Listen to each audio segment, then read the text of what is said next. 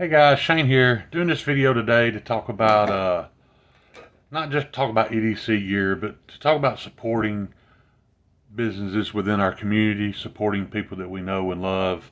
Guys, it's a great feeling to be able to do that, and it's also a great feeling to be able to get a product that you enjoy, a good high quality product that serves a purpose. I'm going to kind of go over a few of the items here that I've got that are available from vendors at EDC Roundtable. Guys, forgive me, I didn't throw a whole lot of research into this video. I just put together the stuff that I had that I knew, was from those guys. And so yeah, I want to start out with Mr. Said Stevie. I reached out to Said Stevie about his beard care products. I got some of his beard balm, and this is the Essence of the Pacific Northwest. Of course, it's named that because Stevie made it. It's got his super cool design on it that Gary, the last Ranger, designed, who's also another guy in our community that provides the service. I don't know that Gary charges people for his graphic design, but it's amazing. Guys, I got the beard balm and the beard oil. Now, the beard oil Stevie sent me, wanted me to check it out. This is the citronella. I wasn't sure about a citronella beard oil, but once I got it and I got used to it, I will say this: I don't use the citronella beard oil when I'm wearing cologne.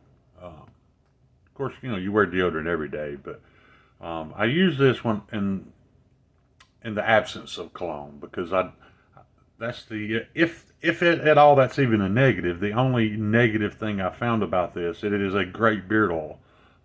It makes my beard nice and soft and manageable and easy to comb and helps keep it straight. And not only that, when I'm done putting it in my beard, I take what's left on the tips of my fingers and I wipe it on my crow's feet because I'm getting old, and believe it or not, I can see a little bit of a difference. Maybe that's because I've never used moisturizer, but I do use this in my beard. Like I said, what's left over, I put there at the corner of my eyes, and the citronella smell is I won't say it's strong, but it's there, and I've come to really enjoy it.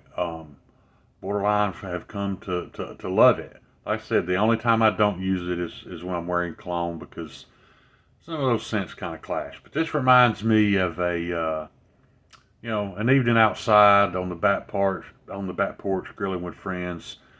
You remember the smell of those citronella candles. Same thing, but also a great product.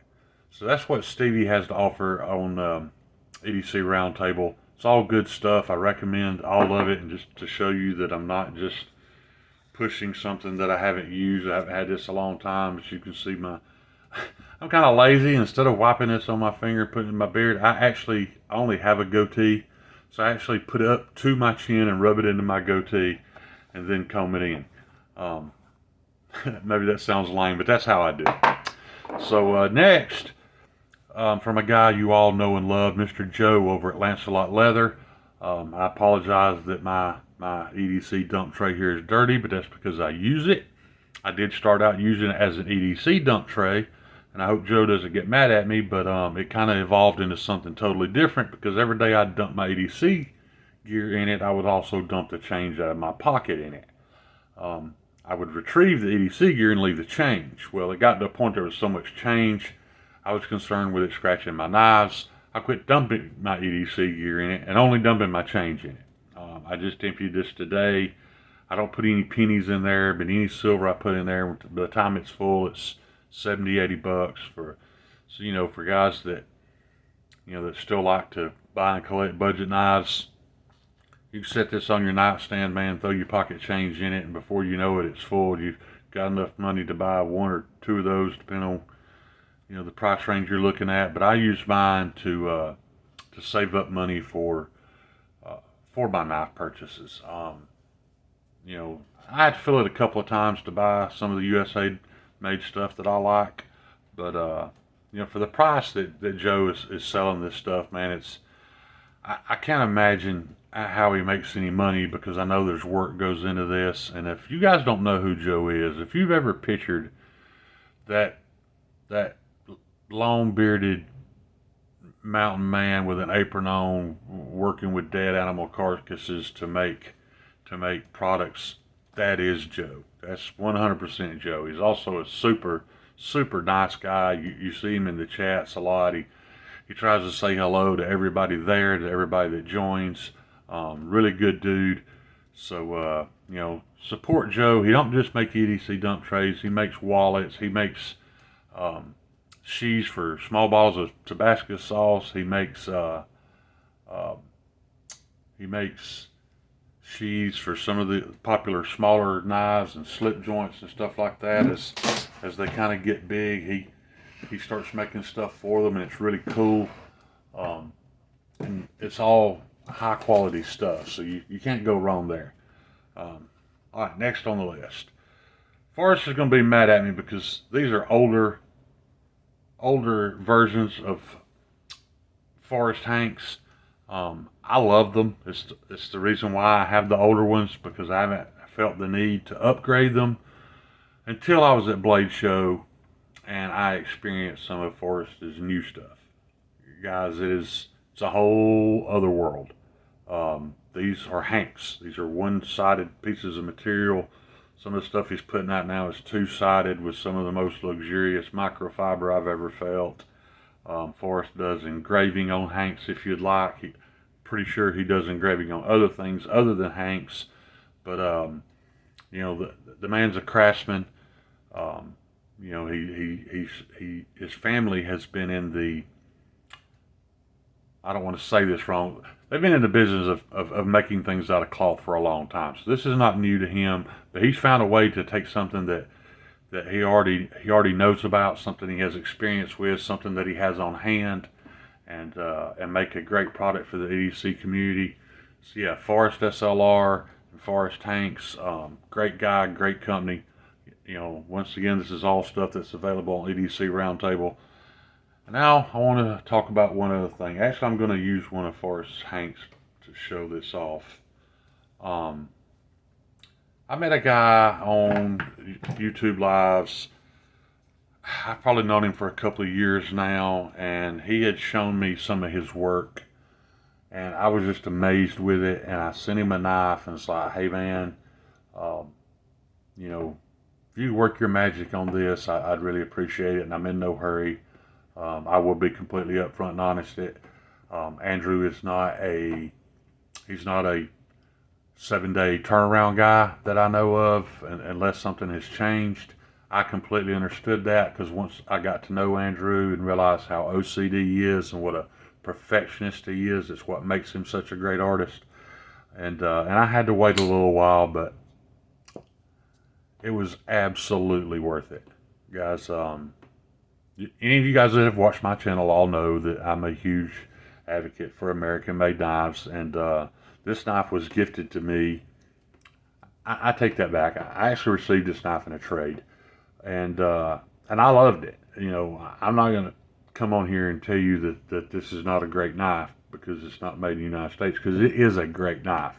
It is a great budget knife. It's a great knife regardless. But the one thing about it was that, and many of you know this, Civivi's micarta, or at least when they released the riffle, it was not great. It was just real plasticky feeling. It wasn't what I was expecting my micarta experience to be. So I sent this knife to Andrew at Hawaiian Knife and Gear. And what I got back amazed me when I took it out of the box. It amazes me to this day. And I will tell you, I don't care how good the video is, how good the lighting is. There is no situation where filming his Kowa scales does them justice. I've seen many people do it. I've seen people try it. I've seen Andrew do it out in the sun on the beautiful state of Hawaii, and it looks great, but I promise you it does not look like it does when you get it in hand. This is absolutely amazing wood. It's amazing craftsmanship. This guy blows my mind. When I say he's an artist more than he is a craftsman, I mean that, and I mean that to be a compliment. He just does amazing work. And all this, guys, all this stuff is available on EDC Roundtable. You can contact any of these people and buy products that they have available now, or you can reach out to Andrew and make an appointment to have something customized with Koa from right there in the state of Hawaii where he lives. And like I said, Andrew and Joe got together because Andrew does some Koa scales on Swiss Army knives, and Joe makes a custom slip to go with that. That's an awesome package. That's an awesome idea. I'm glad those guys got together because they're both equally talented craftsmen and artists. But that's the main thing I want to get across about this video is that these are guys that we know. These are guys in our community. These are guys that have put their time and passion into lots of great things that have gone on in the community, where it be helping with Knives Live and helping raise money for knife rights and just doing great things for people and providing great content to entertain us. They're awesome people. I would really appreciate if you guys would reach out to them and consider them on some of your next purchases for stuff that you already have and or buy and use, or maybe try something different. Try something you haven't tried before. I've never used a beard oil or beard balm until I used Stevie's. I don't have anything to compare it to because of that, but it's great. I'd never carried a Hank a day in my life until I got these. You can tell by these wrinkles and some spots on that I've used these. You can definitely tell I use this dump tray. You can see the imprint of coins in it. But like I said, man, let's help support these guys. And I know that's not all that's on their website. I know there is a knife maker that makes some very rustic looking artisan type, not artisan brand, but artistic knives.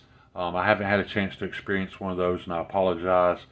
But check out their site. And another thing, guys, if you make a product and you think you might be interested in joining EDC Roundtable, reach out to those guys, man. You never know. We get these guys enough traction, this could become a big thing. It could be a place for other artists and craftsmen to sell their stuff. I just think it's a great idea. There's a ton of people like this in the community today. I'm only covering EDC Roundtable, but you guys know we have lots of people in the community we know and love that provide all kinds of services and goods. And if you'd like to know anything about those, let me know, and I'll do another video and try to highlight as many of those in one video as I can. I've been wanting to do that video a long time. The only reason I haven't is because I'm scared to death I'm going to miss somebody and hurt somebody's feelings, and I really don't want that. But anyway, like I said, guys, check out EDC Roundtable. There will be a link in the description. That's all I got for you guys today. I really appreciate any amount of time you spend with me. Peace. Love y'all.